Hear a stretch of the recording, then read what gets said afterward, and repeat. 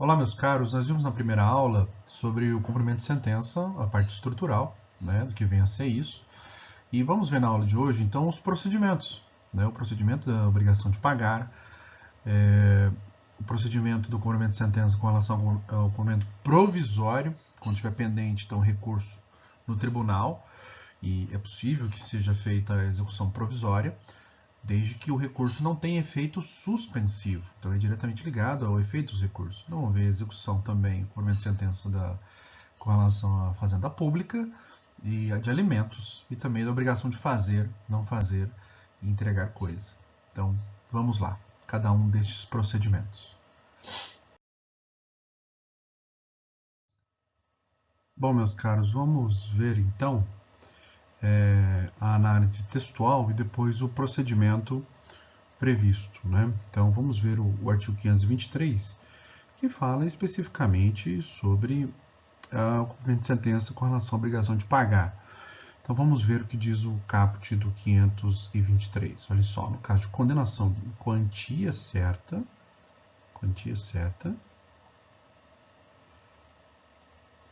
ou já fixada em eventual liquidação de sentença, no caso de ser sentença ilíquida, né, ou quando há pedido genérico, né, então, e no caso de decisão sobre parcela incontroversa, no caso de sentença parcial, que é possível, imagine se formula ali 2 ou mais pedidos, e um deles ficou incontroverso, o juiz ele já pode dar uma sentença parcial. Então, por isso que está dizendo que é decisão sobre parcela incontroversa. Aí se faz, então, o cumprimento definitivo, né? Então, farsear, então, cumprimento definitivo, farsear mediante requerimento do exequente. Então, isso é um ponto crucial. Nós falamos lá na aula anterior, né? E sendo o executado intimado, então, na pessoa do seu advogado, como nós já vimos, preferencialmente, né? Que é a regra, para pagar o débito no prazo de 15 dias. Então, 15 dias úteis, conforme a jurisprudência do STJ. Acrescido de custas, se houver. Ok? Pois bem, então vamos prosseguir aqui. Então, ele vai ter 15 dias úteis para fazer o pagamento. Se ele não pagar, então não fazendo o pagamento voluntário, será então acrescido ao débito uma multa de 10%. E essa multa de 10% sobre o valor da execução, isso aqui, como a gente já ressaltou, isso independe do comportamento, né? Se houve boa fé, má fé, é o simples fato dele não pagar. Não pagou, já vai incidir essa multa de 10%, além dos honorários advocatícios de também 10%. Então, isso é um ponto crucial que você precisa mentalizar, porque nós estamos falando de cumprimento de sentença. Então, presume-se, né, especialmente nos primeiros, no inciso primeiro, que é a sentença civil, falo dos títulos judiciais, estou me referindo, pressupõe-se que houve um longo processo de conhecimento, também uma fase não menos longa recursal, né? Então, o que se espera é o adimplemento obrigacional por parte do devedor. Então, no âmbito do cumprimento de sentença. Aliás, o que se espera é que ele cumpra voluntariamente, né? Então, caso tenha sido provocado então pelo credor, o exequente, né, que formulou esse requerimento, então o que se espera é que ele proceda ao adimplemento obrigacional. E aqui nós temos um sistema punitivo, em que se ele não pagar, independentemente do porquê, né, das razões, não pagou, ele vai sofrer uma punição que é a multa de 10%, e também os honorários de 10%. E olha só, e efetuado o pagamento parcial, obviamente, estas penalidades que eu disse, os 10% mais 10, 10 de multa, 10 de honorários, vão incidir sobre o valor descoberto, né, o valor que não tenha sido pago. Né, então, sobre o restante, né, o que está dizendo aqui no parágrafo 2º do artigo 523. E não efetuado tempestivamente o pagamento voluntário, vai ser expedido, então, o mandado de penhora e avaliação. Então, aí nós vamos deflagrar, né, de fato, né, o procedimento expropriatório em face do executado. E aqui vale, então, tudo aquilo que nós falamos sobre a aula de penhora, sobre a aula de avaliação, a aula de expropriação, de fase expropriatória, tudo aquilo que nós falamos se aplica aqui. Por isso que a gente estuda primeiro aquele procedimento, né, de execução por quantia certa contra devedor solvente, fundado em título extrajudicial, porque é o procedimento mais extenso. E tudo que é dito lá se aplica aqui, vai se aplicar também na execução de alimentos, se ela adotar o rito do cumprimento de sentença de obrigação de pagar. Então, ele é um procedimento padrão que se aplica a qualquer procedimento de execução por quantia. Então, repare, então não precisa aqui no capítulo que fala do 523 e seguintes, não precisa reproduzir todas aquelas normas que a gente estudou lá sobre penhora. Está lá no artigo 830, né, 832 e seguintes, né, do Código de Processo Civil. Não precisa reproduzir tudo de novo. Então, só fazer a remissão, que vai se aplicar aquelas regras que nós já estudamos na execução por título extrajudicial. Continuando aqui,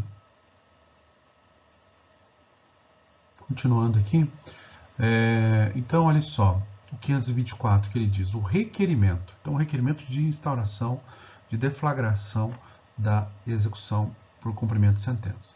Será instruído com demonstrativo discriminado e atualizado do débito. Então, é um requerimento bastante simples, como eu disse, e apenas que ele tem que ser discriminado o que está sendo executado, né? Então, ele tem que constar, então, olha, é o nome completo, né, do executado, exequente executado, o CPF, né, daquela pessoa, ou o CNPJ, né, o índice de correção monetária, também, todos os critérios, né, porque ele chega naquele valor, até para propiciar o contraditório, né, juros, né, e a forma de contagem, né, desses juros, e que está aqui, né, termo inicial e termo final, né, como que ele contou, e a correção monetária que tenha sido utilizada quando da confecção daquele cálculo. E, obviamente, como que foi feita a periodicidade, a periodização do cálculo desses juros. Então, justamente para que propicie o contraditório na execução. E lembre-se que na execução existe o contraditório. O que é discutível é a questão da ampla defesa, né? Pois bem, e eventual descontos, né, caso hajam, né, também tem que ser especificado aqui. Tá? Então, esse é o teor do artigo 524. Então, percebam que não é um requerimento bastante simples, né? Eu já vi requerimentos de execução de cumprimento de sentença de uma página, duas, né? Eu mesmo já fiz uma de 2 laudas, né? Bastante simples, e anexando ali esse cálculo, né? Todos esses elementos. Tem gente que gosta de introjetar esses cálculos dentro do requerimento. É questão de estilo, né? Não está equivocado.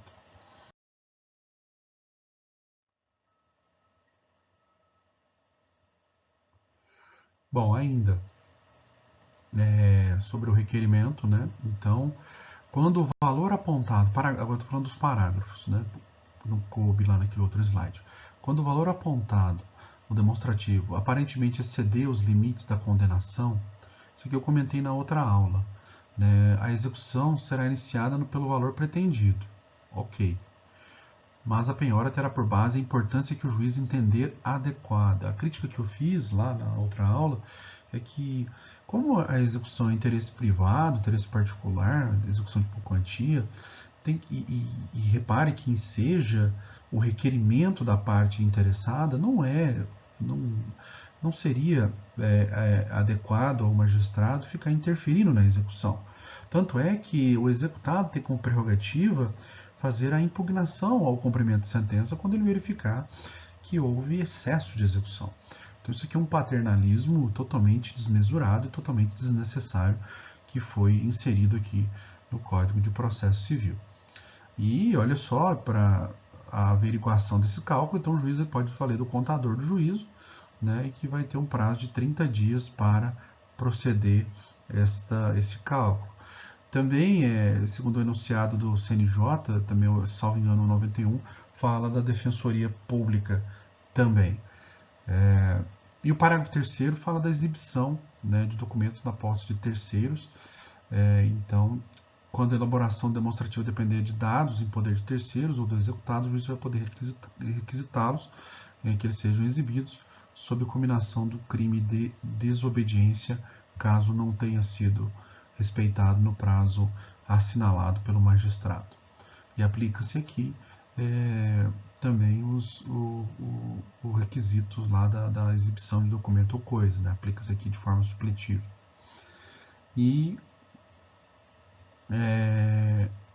se em poder do executado, né, para complementação desse demonstrativo de débito, o juiz poderá requerer do exequente e requisitá-lo no prazo de 30 dias para o cumprimento da diligência. Mesma coisa, né? A diferença é que ali, no inciso anterior, no parágrafo 3º, melhor dizendo, estava em poder de terceiros. E aí se prevê, quando é terceiro, né, ou do executado, né, também está falando. Então, sob pena de crime de desobediência. Aqui, eu entendo que esse dispositivo era totalmente desnecessário, né, porque o parágrafo 3º ele é mais amplo do que o parágrafo 4º.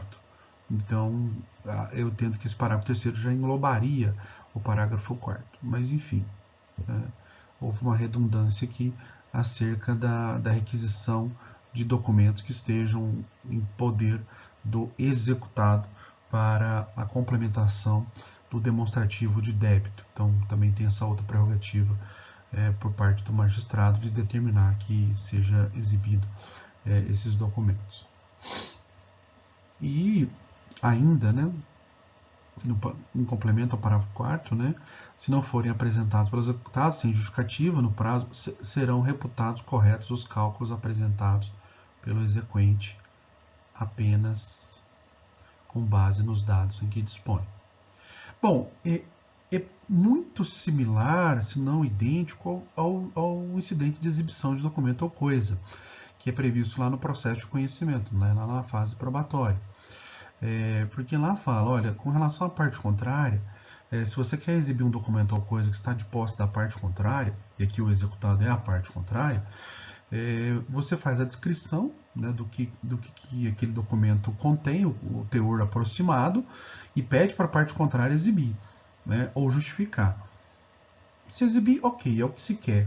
Agora, se não exibir, e também se não justificar, ou se a justificativa for rejeitada pelo magistrado, aquela alegação feita pela parte contrária de que do teor aproximado do conteúdo, o juiz vai ter aquilo como verdadeiro, né? Então, é um subterfúgio muito interessante lá do processo de exibição, procedimento de exibição de documento ou coisa, que também está sendo transposto aqui para o cumprimento de sentença. Então, imagine que o exequente, né, ele aponte ali um cálculo e fala, olha, eu preciso do documento tal que está de poder do executado, eu preciso que ele seja exibido porque ele vai me ajudar a calcular isso, isso e isso, e o valor vai chegar a tanto, né? O juiz determina, então, a intimação da parte contrária para exibir ou para justificar. Então, e não havendo justificativa, como tá dito aqui, aqueles cálculos que até então foram apresentados pelo exequente vão ser tidos como verdadeiros. Por isso que eu disse, né, que lá quando eu estava comentando o parágrafo 3º ali em cima, que se aplica aqui, né, supletivamente, o procedimento de exibição de documento ou coisa que está previsto lá na fase probatória, né? Então, no capítulo que fala das provas. Então, é muito similar ao que está previsto lá. Eu nem precisava, então, desses parágrafos aqui, era só falar, olha, no caso de exibição de documento ou coisa que esteja em posse da parte contrária, do executado ou de terceiros, aplica-se o procedimento, né, dos artigos tais lá, eu não me lembro quais são os artigos, né, que falam sobre a exibição de documento ou coisa. Era só falar isso, né, que o efeito prático ia ser o mesmo. Pois bem, e o 525 fala da impugnação, que é o meio de defesa do executado com relação ao cumprimento de sentença. Então vamos ver o que diz. Transcorrido então o prazo previsto no 523, o 523 fala então dos 15 dias para pagar, sob pena de incidência da multa de 10%, mais um honorário de 10%, que nós já vimos. Então, sem que haja o pagamento voluntário, né? Então, transcorrido o prazo, sem o pagamento voluntário, inicia-se o prazo de 15 dias 15 dias para o executado, independentemente de penhora ou nova intimação, então não precisa da garantia do juízo, né? É isso que está dizendo aqui, independentemente de penhora ou também de nova intimação, é algo automático, então, né? Quando falo de nova penhora, porque, por exemplo, lá na execução fiscal, para você exercer o direito de defesa, que lá são os embargos, você precisa garantir a execução. Então aqui está dizendo que não precisa da garantia da execução, que é independentemente de penhora. Então que a parte, o executado, apresente os próprios autos à sua impugnação, nos próprios autos. Então é uma outra característica também aqui do cumprimento de sentença, a impugnação. Eu não vou prosseguir na análise do 525, vou parar aqui, porque nós vamos destacar uma aula só sobre meio de defesa do executado. Então eu vou ter uma aula sobre embargo, vou ter uma aula sobre impugnação com cumprimento de sentença, que aí sim eu vou comentar esse artigo 525. Então, para efeito do procedimento, isso aqui é o que nos interessa, tá? Que é isso que nós estamos comentando, procedimento executivo do cumprimento de sentença. Então, para esse efeito dessa aula, isso é o que nos interessa. Então, no momento certo, nós vamos explicar a impugnação com cumprimento de sentença. Vamos falar ali das técnicas, né, de defesa, uma cognição limitada, né, acerca do que pode ou não ser alegado como matéria de defesa, só aquilo que está no 525. Depois você dê uma olhada no 525, você vai ver que tem uma série de questões ali, como excesso de execução, né, falta de citação, é só isso que pode alegar, que está previsto ali no 525. Você não pode inovar, você não pode dar litigância de má-fé, claro. Então, no momento certo, nós vamos comentar inciso por inciso desse artigo 525, tá bom?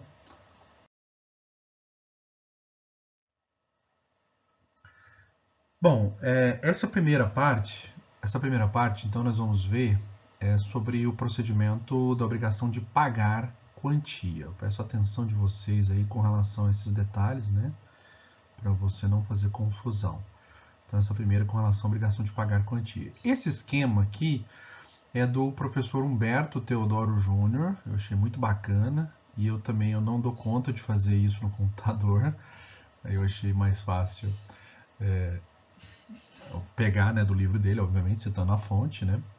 Então, esse procedimento foi feito pelo professor Humberto Teodoro. Então, nós vamos estar adiante aqui, né, como é cumprimento de sentença, então uma sentença que condena ao pagamento de quantia.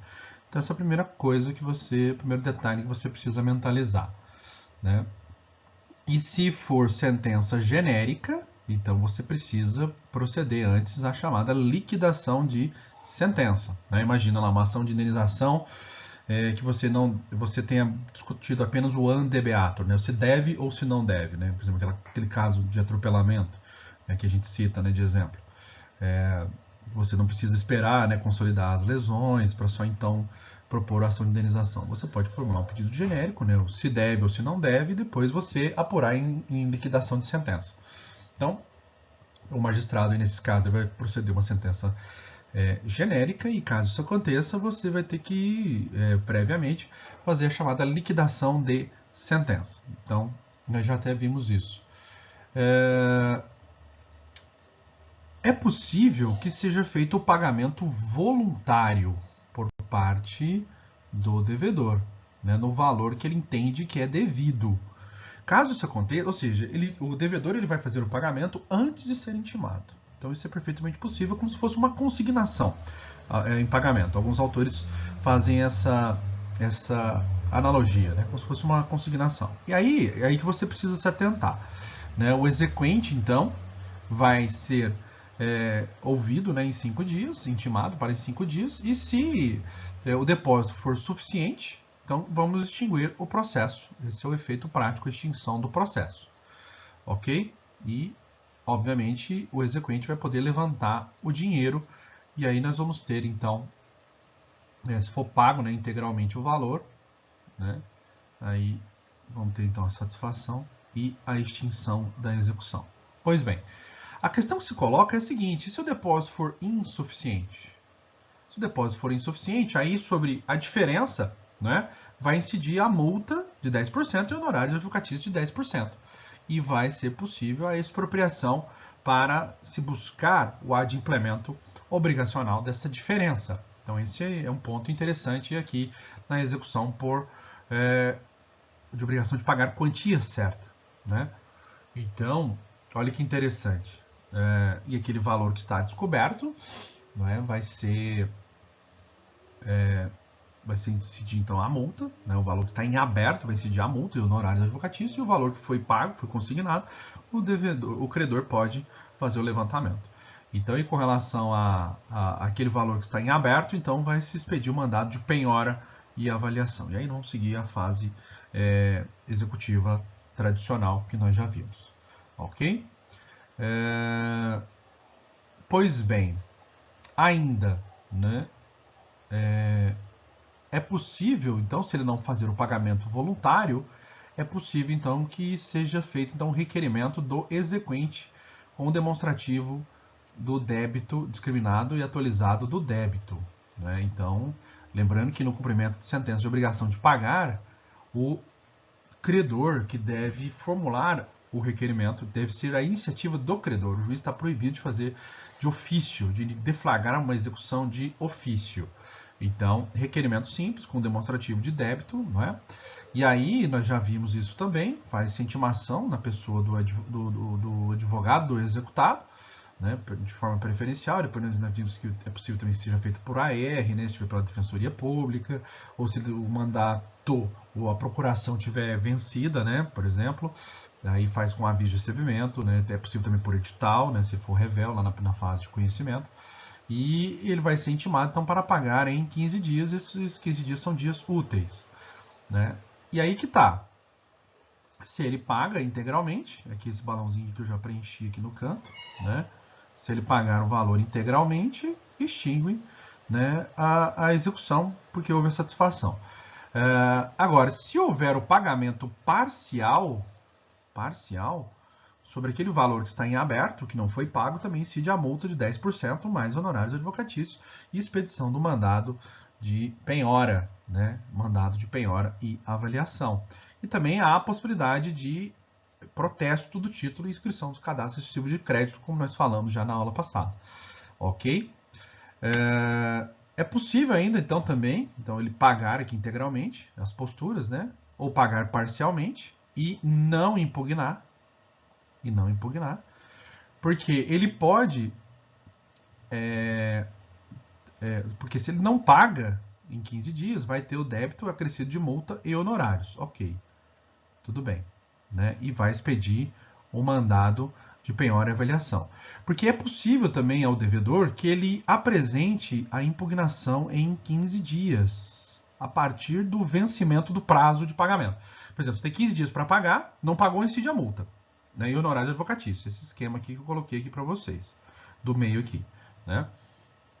E a partir desse prazo, de ter passado o prazo de pagamento, e não houve o pagamento, começa a fluir o prazo de 15 dias para impugnação, né, com ou sem pagamento. Então, esses 15 dias é para ele apresentar a impugnação, que é o meio de defesa aqui no cumprimento de sentença. E nós vamos trabalhar uma aula específica sobre os meios de defesa, vamos falar sobre embargo, sobre impugnação, cumprimento de sentença, mas já te adianto aqui que no cumprimento de sentença, ele não tem efeito suspensivo automático, então você teria que demonstrar o perigo de dano irreparável, de reparação, né? Então, os requisitos da tutela provisória para pedir que o juiz suspenda o andamento da execução. E um outro detalhe importante é que a cognição na impugnação por cumprimento de sentença ela é uma cognição limitada. Então, você vai poder só alegar aquelas matérias que estão autorizadas a você alegar, como excesso de execução. Por exemplo, falta de citação lá atrás, né? Então, as matérias são muito restritas, qualquer hipótese que torne o título inexigível, né? Então, as matérias aqui na impugnação por cumprimento de sentença são muito restritas, porque lá nos embargos da execução eu posso alegar qualquer coisa que afete o andamento da execução. Aqui não. Então, percebam, como eu disse, não há efeito suspensivo automático. Então, você tem que pedir, é o chamado efeito suspensivo ope iudicis, ou seja, decorre da decisão judicial, e se o juiz negar o efeito suspensivo, né, negando o efeito suspensivo, vai se expedir o mandado de penhora e avaliação. Se ele conceder o efeito suspensivo, né, obviamente vai sobrestar o andamento da execução, e aí ele vai ter que julgar essa impugnação para saber se o devedor ele tem razão ou não. Então ele poderá rejeitar a impugnação, se achar que o devedor o executado não tem razão, ou pode acolher a impugnação se ele entender que o executado possui razão com relação a isso. E prosseguindo, né, ele negando, rejeitando a impugnação, né, entendendo que o devedor não tem razão, vai se expedir o mandado de penhora e avaliação. Né? Então, a expropriação ela vai seguir normalmente tudo aquilo que nós estudamos lá nos títulos extrajudiciais acerca da penhora, da avaliação, das formas de expropriação. Então, vão ser aplicados aqui, porque o grande propósito aqui é justamente a busca da satisfação do exequente e a consequente extinção da execução. Então, cuidado, né? É possível, então, ao devedor pagar o valor integralmente, né? Ou fazer um pagamento parcial, e aí vai incidir a multa sobre isso, né? E também vai expedir o mandado, né? Ou então ele não pagar, né? Então vai incidir a multa e honorários sobre o valor integral. Ou ele pode também apresentar a sua impugnação ao cumprimento de sentença no prazo de 15 dias. Então, são essas as possibilidades aqui. E percebam a diferença, né, lá com relação à execução por título extrajudicial. Porque lá no título extrajudicial ele paga, ou ele pede parcelamento, repare que não tem parcelamento aqui, ou embarga, né, ou embarga. Então, repare a diferença de procedimento. E aqui nós temos a multa, né, essa multa aqui, né, e honorários, essa multa só tem aqui na execução, no cumprimento de sentença, de obrigação de pagar. Ok, meus caros? Então esse é o procedimento. Por isso que a gente fez a análise primeiro da execução por título extrajudicial, porque toda a fase análise de penhora, expropriação é feita nos termos dos títulos extrajudiciais. É feita nessa forma aqui dos títulos extrajudiciais que nós já vimos lá quando do estudo dessas execuções. Ok? Então vamos ver no próximo esquema a execução, o cumprimento de sentença de obrigação de pagar quando você está diante de um título provisório, uma execução provisória. Vamos ver no próximo slide.